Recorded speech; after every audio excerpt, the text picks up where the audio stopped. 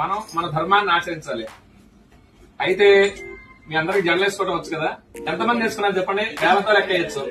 పూజకి వచ్చేటప్పుడు కొంచెం పద్ధతిగా రావాలన్నమాట. పంచమాంగళ్యాలు ఉంటాయన్నమాట. ఆడవారికి జుట్టు జడ వేసుకుని పూలు పెట్టుకోవడం, బొట్టు పెట్టుకోవడం, మంగళసూత్రాలు, మెట్టెలు, నల్ల పూసలు, గాజులు ఇవన్నీ కూడా ఈసారి నుంచి పూజకు వచ్చేటప్పుడైనా జడ వేసుకొని, బొట్టు పెట్టుకొని, గాజులు వేసుకొని అలాగే చేస్తూ ఉండాలి.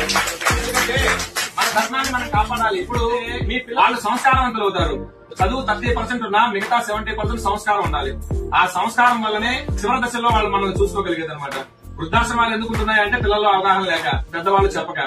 అయితే ఇతర మతాల వాళ్ళు ఆ పుస్తకాలు గాని వాళ్ళ మతాల గురించి గాని వాళ్ళు ప్రచారం చేసుకుంటూ ఉన్నారు. కానీ ఎంతమంది ఇళ్లలో భగవద్గీత గాని, భాగవతం గాని, రామాయణం గాని, ఈ ఇతిహాసాలు గాని, పురాణాలు ఎంతమంది ఇళ్లలో ఉన్నాయి? ఒక పుస్తకాలు ఎంతమంది రోజు కలిసి సినిమాలు వస్తూ ఉంటాయి. ఎంటర్టైన్మెంట్ ఉండొచ్చు జీవితంలో, కానీ జీవితం మొత్తం ఎంటర్టైన్మెంట్ కాకూడదు. మనకి 54 లక్షల జీవరాశులు ఉన్నాయి. వాటిల్లో విచక్షణ కలిగింది, బుద్ధి కలిగింది ఒక మనుషులకు మాత్రమే. మనకి జ్ఞానం ఉంది, బుద్ధి ఉంది. మనం హిందూ ధర్మంలో పుట్టినందుకు ఖచ్చితంగా మన హిందూ ధర్మాన్ని పాటిస్తూ ఒకళ్ళ మతం మారకుండా కాపాడే విధంగా మనం ఉండాలన్నమాట.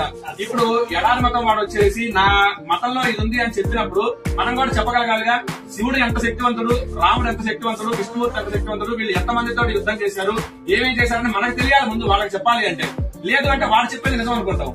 కాబట్టి మనం నేర్చుకోవడం, కొంత సమయం భక్తికి, పూజకి కేటాయించండి. అలాగనే ధర్మం తెలుసుకోవడానికి, ఆచరించడానికి కొంత సమయం కేటాయించండి.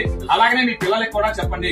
పిల్లలకి ఇప్పటి నుంచే మొదలు పెడితేనే వినగలుగుతారు. నాకు తెలిసి మీ పిల్లలందరూ చిన్నపిల్లలు అయి ఉంటారు. మొదలు పెడితే కనీసం రోజుకు ఒక శ్లోకం, లేదు అంటే మన ధర్మం ఇది, బొట్టెందుకు పెట్టుకోవాలి.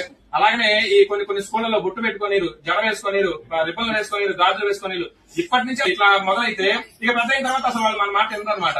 వేరే మత వాళ్ళని పెళ్లి చేసుకోవాలన్నా కానీ దానికి వెనకాడదు. మన ధర్మం గురించి, అలాగనే మన ఆచారాలు, సాంప్రదాయాల గురించి నాన్నలకి, అమ్మమ్మలకి తెలిసి ఉంటుంది. వాళ్ళ దగ్గర నుంచి ఇవన్నీ కూడా రావాలి. అవి కూడా పిల్లలకి అలాగనే నేర్పిస్తూ రండి. మీరు నేర్చుకోండి. రోజు కొంత సమయం దేవుడికి, అలాగనే మన ధర్మానికి కేటాయించండి. జై శ్రీరామ్.